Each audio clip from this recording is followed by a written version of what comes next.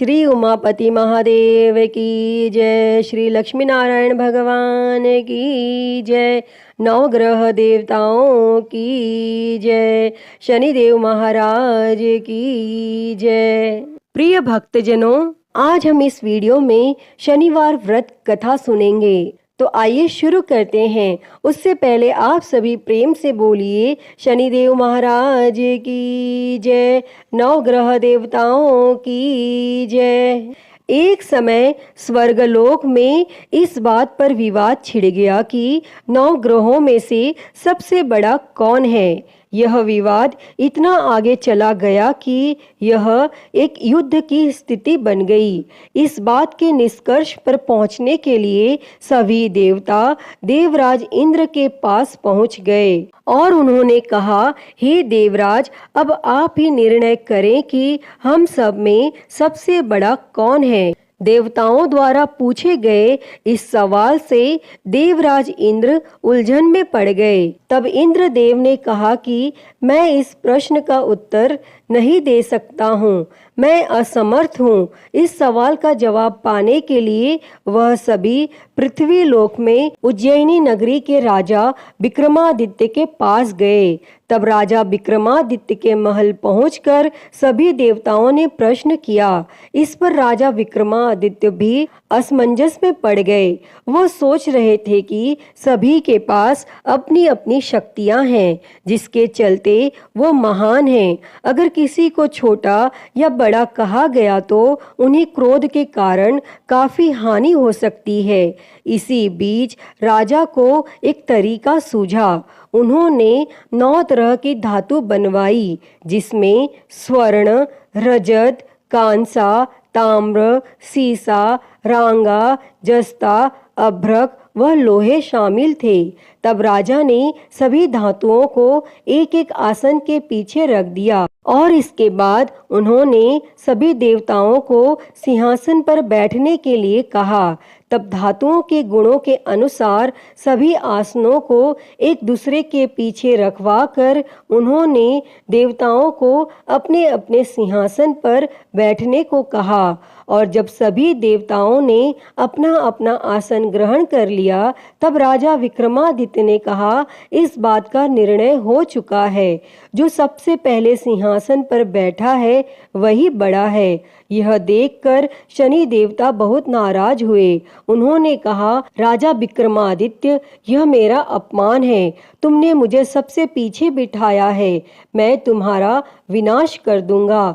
तुम मेरी शक्तियों को नहीं जानते हो। तब शनि देव ने कहा, एक राशि पर सूर्य 1 महीने, चंद्रमा 2.25 महीने, मंगल 1.5 महीने, बुध और शुक्र 1 महीने, बृहस्पति 13 महीने रहते हैं, लेकिन मैं किसी भी राशि पर 7.5 वर्ष रहता हूँ। मैंने अपने प्रकोप से बड़े बड़े देवताओं को पीड़ित किया है। वो मेरा ही प्रकोप था कि भगवान राम को वन में जाकर रहना पड़ा था, क्योंकि उन पर 7.5 थी और रावण की मृत्यु भी इसी कारण हुई। अब तू भी मेरे प्रकोप से नहीं बच पाएगा। और शनि देव ने बेहद क्रोध में वहां से विदा ली और वहीं बाकी देवता खुशी खुशी वहां से चले गए। इसके बाद सब कुछ सामान्य ही चलता रहा। राजा विक्रमादित्य पहले की ही तरह न्याय करते रहे। दिन ऐसे ही बीतते रहे, लेकिन शनि देव अपना अपमान नहीं भूले। एक दिन शनि देव बदला लेने के लिए घोड़े के व्यापारी के रूप में राज्य पहुंचे। जब राजा विक्रमादित्य को इस बात का पता चला तो उन्होंने अपने अश्वपाल को कुछ घोड़े खरीदने के लिए भेजा। जब अश्वपाल लौट आया और राजा को बताया कि घोड़े बेहद ही कीमती हैं, तब राजा ने खुद जाकर एक सुंदर और शक्तिशाली घोड़ा पसंद किया और उसकी चाल देखने के लिए घोड़े पर सवार हो गए। जैसे ही राजा विक्रमादित्य घोड़े पर बैठे, वैसे ही घोड़ा बिजली की रफ्तार में दौड़ पड़ा। घोड़ा राजा को एक जंगल ले गया और वहां जाकर राजा को नीचे गिरा दिया और फिर कहीं वह गायब हो गया। तब राज्य का रास्ता ढूंढने के लिए राजा जंगल में भटकने लगा, लेकिन उसे कोई रास्ता नहीं मिला। और कुछ समय बाद उसे एक चरवाहा मिला और भूख प्यास से परेशान उस राजा ने चरवाहे से पानी मांगा। चरवाहे ने उसे पानी दिया और राजा ने उसे अपनी एक अंगूठी दे दी। तब रास्ता पूछकर राजा जंगल से निकल गया और पास में ही मौजूद एक नगर में पहुंच गया। और एक सेठ की दुकान पर राजा ने कुछ आराम के लिए रुका और वहां सेठ से बातचीत करते हुए उसने बताया कि वह उज्जैनी नगरी से आया है। तब राजा कुछ देर तक उस दुकान पर बैठा। जितनी देर वो वहां बैठा, सेठ जी की काफी बिक्री हो गई। तब सेठ ने खुद को बहुत भाग्यवान समझा और सेठ ने राजा को अपने घर खाने पर आमंत्रित किया। और सेठ के घर में एक खूंटी पर सोने का हार लटका था और उसी कमरे में वह राजा को छोड़कर चला गया। और कुछ समय बाद खूंटी उस सोने के हार को निगल गई। तब सेठ ने विक्रमादित्य से वापस आकर पूछा कि उसका हार कहाँ है। तब राजा ने उसे हार गायब होने की बात बताई। इस पर सेठ ने क्रोधित होकर चोरी करने के अपराध में विक्रमादित्य के हाथ पांव काटने का आदेश दे दिया। तब राजा विक्रमादित्य के हाथ पांव काटकर उसे नगर की सड़क पर छोड़ दिया गया। फिर कुछ समय बाद विक्रमादित्य को एक तेली अपने साथ ले गया। तेली ने उसे अपने कोल्हू पर बैठा दिया। वह पूरा दिन बैलों को आवाज देकर हाँकता था और विक्रमादित्य का जीवन इसी तरह यापन होता रहा। और उस पर शनि की 7.5 थी, जिसके खत्म होने पर वर्षा ऋतु शुरू हुई। एक दिन राजा मेघ मल्हार गा रहा था।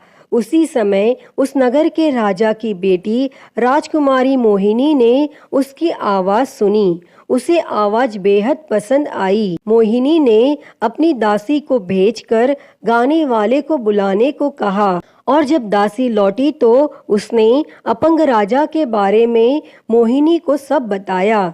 लेकिन राजकुमारी उसके मेघ मल्हार पर मोहित हो चुकी थी और अपंग होने के बाद भी वह राजा से विवाह करने के लिए मान गई। जब मोहिनी के माता पिता को इस बात का पता चला तो वो हैरान रह गए।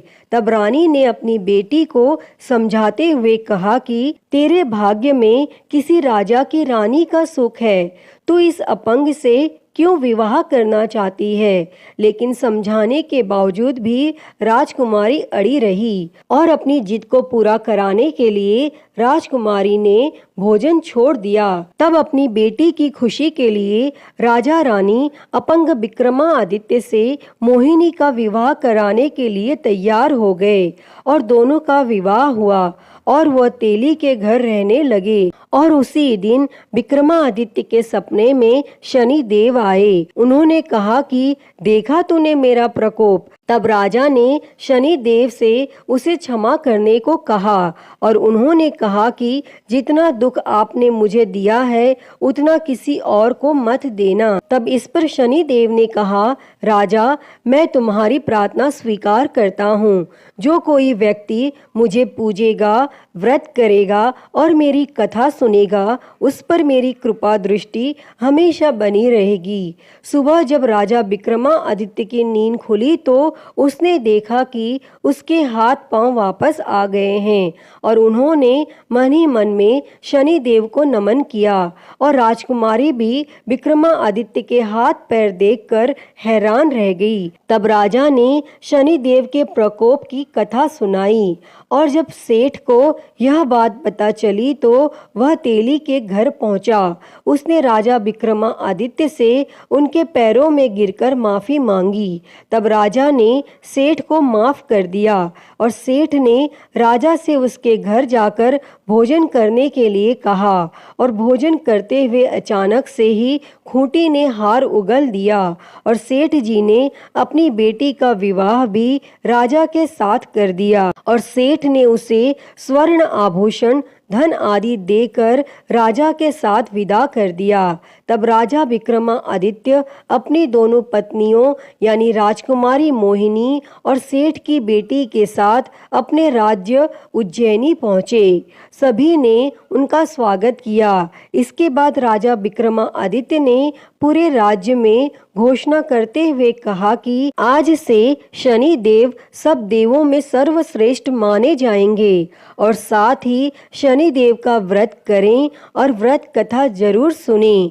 यह देखकर शनि देव बहुत खुश हुए। व्रत करने और व्रत कथा सुनने से शनि देव की कृपा रहने लगी और लोग आनंद पूर्वक रहने लगे। अतः हे शनि देव जी, जैसी कृपा आपने राजा विक्रमादित्य पर की, वैसी ही कृपा इस कथा को कहते, सुनते और हुंकारा भरते पर करना। तो बोलिए शनि महाराज की जय, नवग्रह देवताओं की जय। प्रिय भक्तों, तो मैं उम्मीद करती हूँ कि आपको यह कथा पसंद आई होगी और अगर वीडियो अच्छी लगी हो तो इसे लाइक करें, ज़्यादा से ज़्यादा शेयर करें और कमेंट में शनिदेव की जय लिखना ना भूलें और महाकाल भक्ति ज्ञान चैनल को सब्सक्राइब कर नोटिफिकेशन बेल को ज़रूर ऑन कर लें। हर हर महादेव। धन्यवाद।